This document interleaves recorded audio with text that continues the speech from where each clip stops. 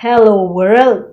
Wanting someone to love you and wanting to be loved back just isn't enough because love can only last if it is nurtured and cared for in the right way. Love is like a garden.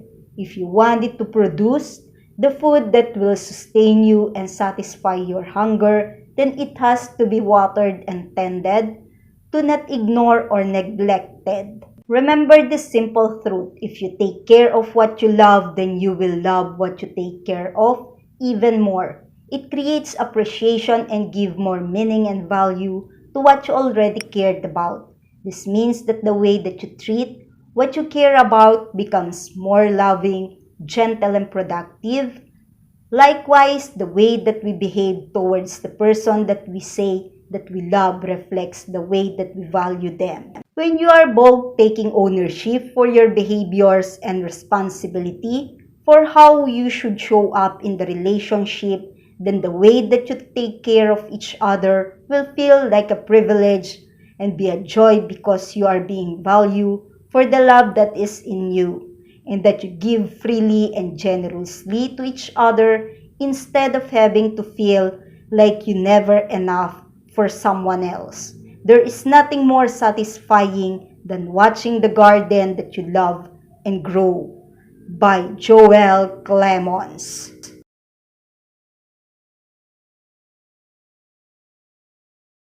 On this workout of Anna of ab wheel, eat deep muscles, straight abdominal muscle, back muscle are working.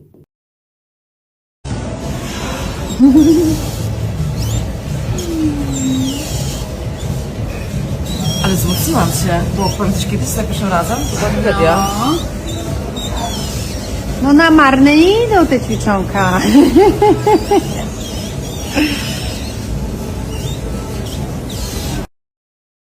On this story of Anna, it said that technology uses concentrated 90% pure oxygen and ions, which reduce the appearance of oxidative stress, that is all the factors that causes imperfect skin conditions, including acne, eczema, pinkish acne, scars, discoloration, or the progressive process of skin aging. Oxygen is essential for cell regeneration, speed up collagen production, and reduces wrinkles. It also eliminates reactive form of oxygen, which is the main factor that causes skin aging. In here, Anna telling us we use the effect of pure oxygen with LED light therapy during my procedure. Skin Space has to personalize the treatment at the light angle. I choose red for my skin, which is especially valued in anti-age therapies. It has a strong rejuvenating effect, conditions collagen and elastin, strengthens skin regeneration process, plus it is a relaxation hour when we fall asleep immediately and can fully regenerate. I recommend you with all my heart, especially that Skin Space is the only place in Poland where you can experience it. On the post of Anna, she captioned it with, "Happiness doesn't have to come from big, life-changing event. It is in the small moment you create for yourself every day. Like waking up a little earlier to enjoy the quiet, having your favorite coffee, stepping outside for a walk just to feel the sun on your face, wearing something that makes you feel amazing.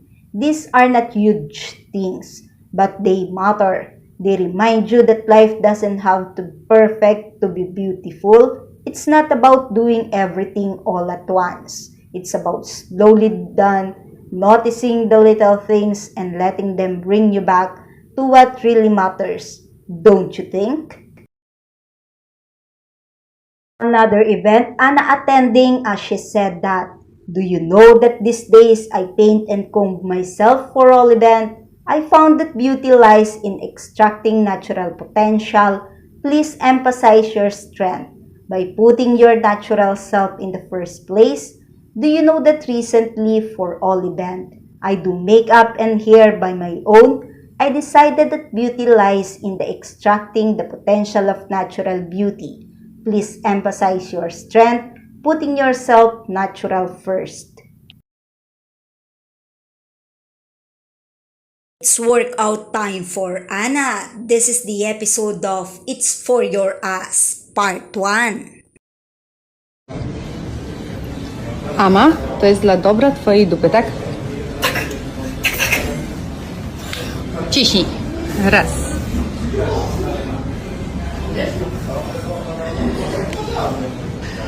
Wydech.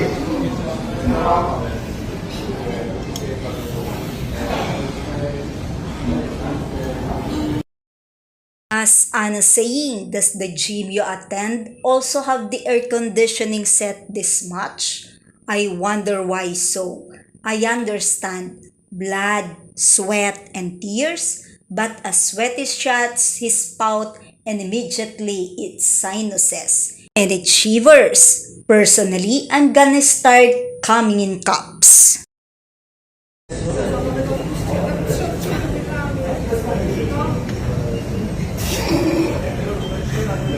Wieje tu. Iści pani jak w Bieleckim.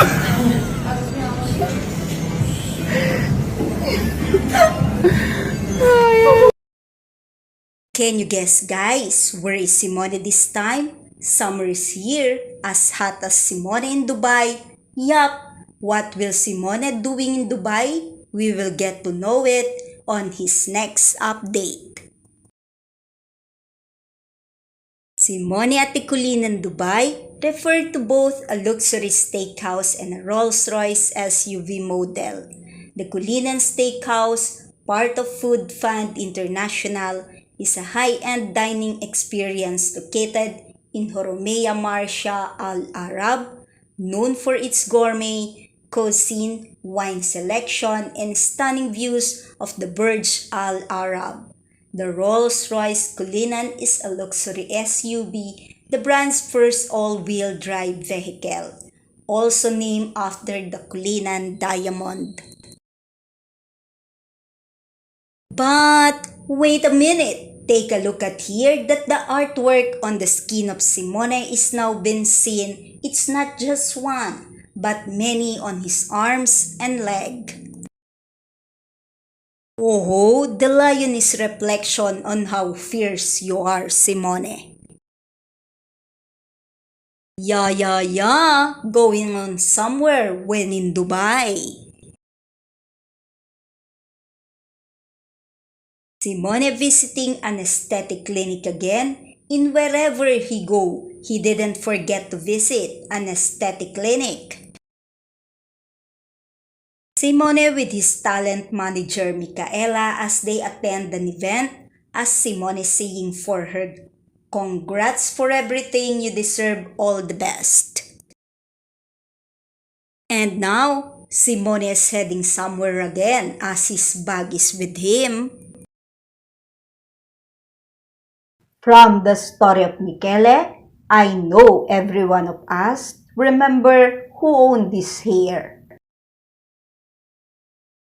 A big round of applause for Michele as to his post. He captioned it with, "It's an honor for me to have written Unobtainable, the soundtrack of my new film Home Sweet Home, a magical, tender film in a dark world, a film that I had an incredible amount of fun shooting, a film that will leave you speechless. See you at the cinema in 3 days. I love you all, and without distinction, Mick." From the cast of Simple Favor, Michele asked to give him a simple recap of A Simple Favor. Anna Kendrick explained, "Well, it's a stylish thriller that blends suspense and dark humor. About Stephanie, a mommy blogger who befriends the mysterious Emily. When Emily vanishes, Stephanie investigates uncovering shocking secrets about her friend's past. Nobody's who they seem. But Michele want a more simpler, I guess. It's a fun and mysterious film about a missing person." Yes, yeah, and again, as Michele liked the simple yes, then Blake Lively said, "Death, fashion, martinis, and Michele got it, so he is in.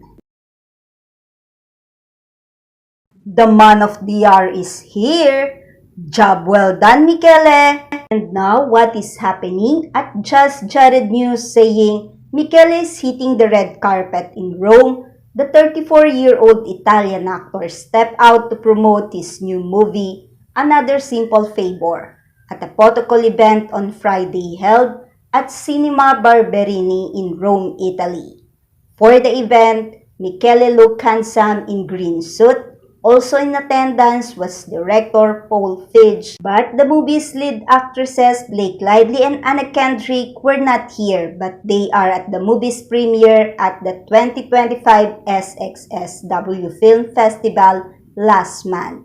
Here's the film synopsis. Stephanie Smothers, Anna Kendrick, and Emily Nelson Blake Lively reunite on the beautiful island of Capri, Italy, for Emily's extravagant wedding to a rich Italian businessman.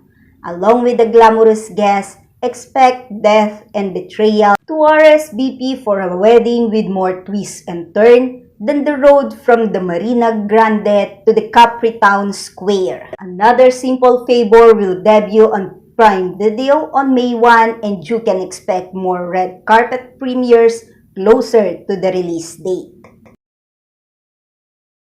Hey! Fantastic! As Michele show his first book in collaboration with Dolce & Gabbana, and it will be available soon everywhere. As Michele show a sneak peek of his photos from the book, which make us more excited to grab our own copy. Don't forget to have one if it will be out soon. Oh, so sad to hear it, Brando, as Mama Ruba said that he is sick on this sunny day. Get well soon, handsome Brando. Don't forget to drink your medicine and drink plenty of water. Tomorrow is a brighter day as today, so for this time, rest well. And then tomorrow, just lively. Thank you for watching my video today. Comment your reaction below. Don't forget to click the like button. Share this video to others and please subscribe on my channel. Day 102 of the 365 days of 2025.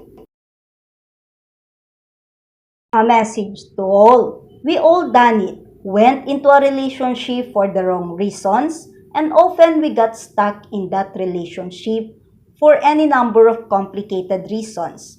It's hard to know what to do, what decision to make.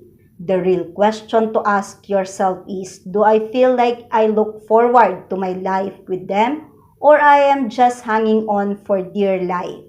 Am I really with the person that I was meant for, or I am trying not to disappoint others? How do I know who I am meant for? The person who are meant for you may not be the person we recognize until we have learned to recognize ourselves, our true self. The person that you are meant for will be the person who challenges you to believe in yourself, who opens your heart wider than you ever thought possible, not with the intention to get you to love them more, but so that you will love yourself more. The person who you are meant to be with sees who you are meant to be and support your growth, your passion, and your happiness. You just seem to fit together and complement each other, and even when times are tough, you stick together. To them, you will never be replaceable. They value your heart as much as their own. The person who you are meant for will be the person you have secretly been searching for, hoping that one day you will have the courage to ask for. By Joel Clemons.